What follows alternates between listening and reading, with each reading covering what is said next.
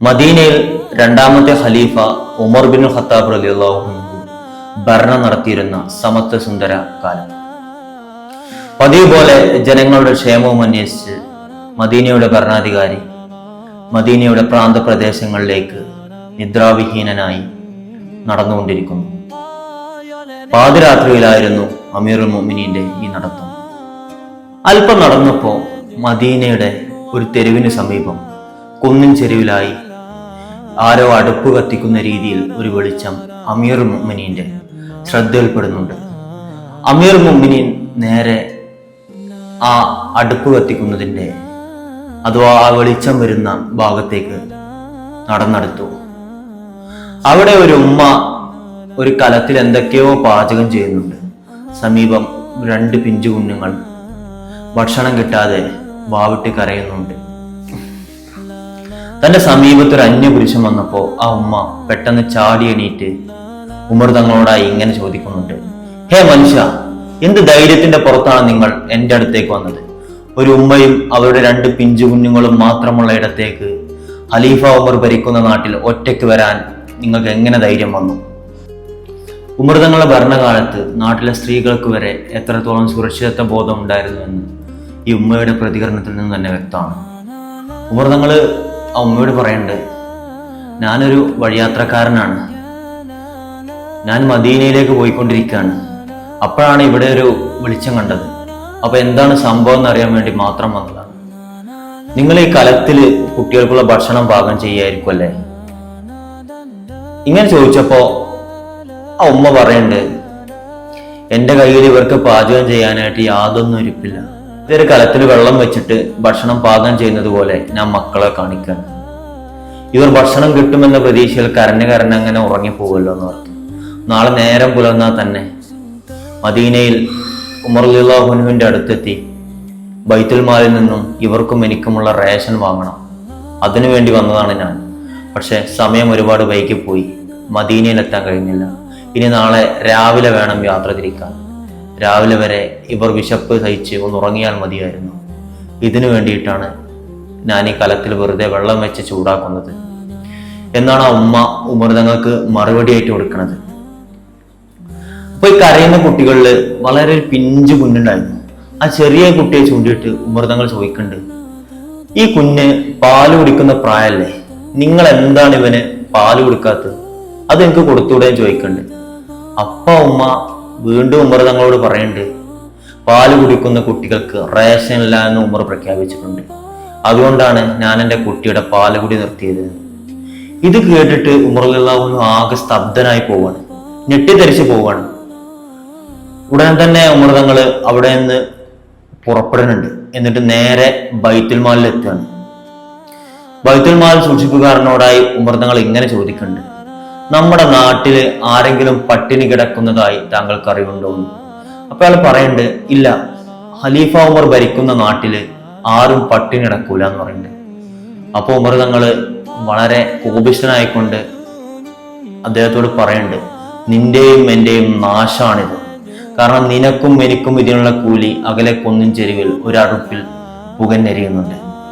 ഉടൻ തന്നെ ബൈത്തുൽ മാൽ തുറക്കാൻ ആവശ്യപ്പെടുകയും അതിൽ നിന്ന് റൊട്ടിയും എണ്ണയും ഉമർ തങ്ങൾ തന്നെ നേരിട്ടെടുത്ത് ചുമന്ന് ഈ ഉമ്മയെയും കുട്ടികളെയും ലക്ഷ്യമാക്കി നടക്കാൻ തുടങ്ങി. ഉമർ തങ്ങൾ ഒറ്റയ്ക്ക് ഈ റൊട്ടിയുടെ ചാക്കെടുത്ത് തോളിൽ വെച്ചപ്പോ ആ ഉമർ തങ്ങളെ കൂടെ ഉണ്ടായിരുന്ന സഹായി ചോദിക്കുന്നുണ്ട്: യാ അമീറുൽ മുഅ്മിനീൻ, അങ്ങ് ചുമക്കുകയോ? സേവകനായ ഞാനുണ്ടാവുമ്പോ അങ്ങ് ചുമക്കാൻ പാടില്ല എന്ന് പറഞ്ഞ് ഉമർ തങ്ങളെ കയ്യിൽ നിന്ന് ആ റൊട്ടിയുടെ ചാക്ക് ഇങ്ങോട്ട് വാങ്ങി. ആ റൊട്ടിയുടെ ചാക്ക് അദ്ദേഹത്തിന് ചുമലിൽ വെക്കാൻ ശ്രമിച്ചു. അപ്പോ ഉമർ തങ്ങള് അയാളോട് ചോദിക്കുന്നുണ്ട്: എത്ര എത്ര കുട്ടികളുടെ മുലകുടികളാവും റേഷൻ കിട്ടിയില്ല എന്ന കാരണത്താല് നമ്മുടെ മദീനയിലെ ഉമ്മമാർ നിർത്തിയിട്ടുണ്ടാവുക? ആ കുട്ടികളെങ്ങാനും കരൻ അള്ളാഹുവിനോട് ചോദിച്ചാൽ നാളെ ഇതിന്റെ പേരിൽ പരലോകത്ത് പടച്ചവൻ എന്നെ വിചാരണ ചെയ്യുമല്ലോ.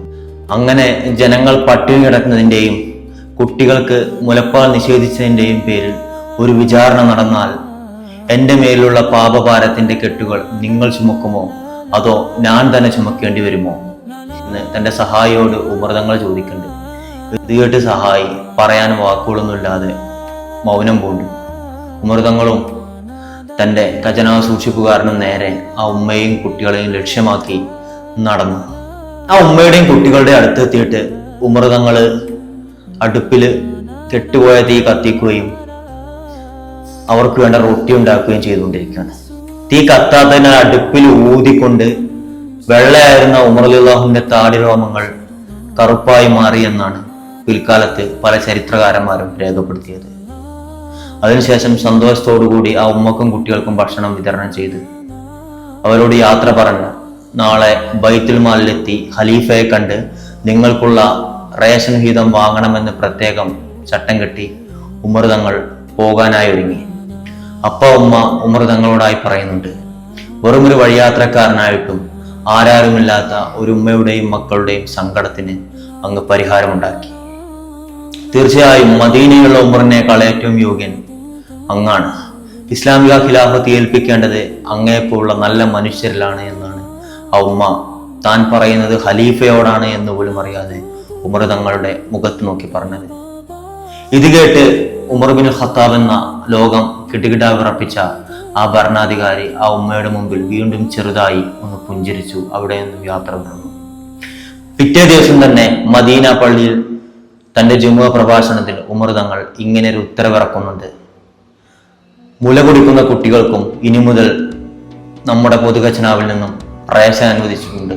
അതുകൊണ്ട് തന്നെ ഒരു ഉമ്മമാരും ഉപ്പമാരും തന്റെ പിഞ്ചോമനങ്ങളുടെ മുലകുടി നിർത്തരുത്. റേഷൻ കിട്ടില്ല എന്ന കാരണത്താൽ ആരും മുലകുടി നിർത്തേണ്ടതില്ല എന്നും അവർക്കും മുതിർന്നവരെ പോലെ തന്നെ റേഷൻ അനുവദിച്ചിട്ടുണ്ടെന്നും അമീറുൽ മുഅ്മിനീൻ ഉമർ ബിൻ ഖത്താബ് മദീന പള്ളിയിൽ വെച്ച് തന്നെ പ്രഖ്യാപിക്കുന്നുണ്ട്. ഉമർ റളിയല്ലാഹു അൻഹുവിന്റെ ഈ പാതിരാത്രിയുള്ള സഞ്ചാരങ്ങളാണ്, ജനങ്ങളുടെ ക്ഷേമവും ഐശ്വര്യവും അന്വേഷിച്ചുള്ള യാത്രകളാണ്, അതിന് ഉമർ തങ്ങൾ കണ്ടെത്തിയ പരിഹാരങ്ങളാണ് പിൽക്കാലത്ത് ലോക ചരിത്രത്തിൽ നീതിബോധത്തിന്റെ നിതാന്ത്ര ജാഗ്രത കാട്ടിയ ഒരു ഭരണാധികാരിയായി ഉമർ ബിൻ ഖത്താബ് തങ്ങളെ നിലനിർത്തി പോന്നത്.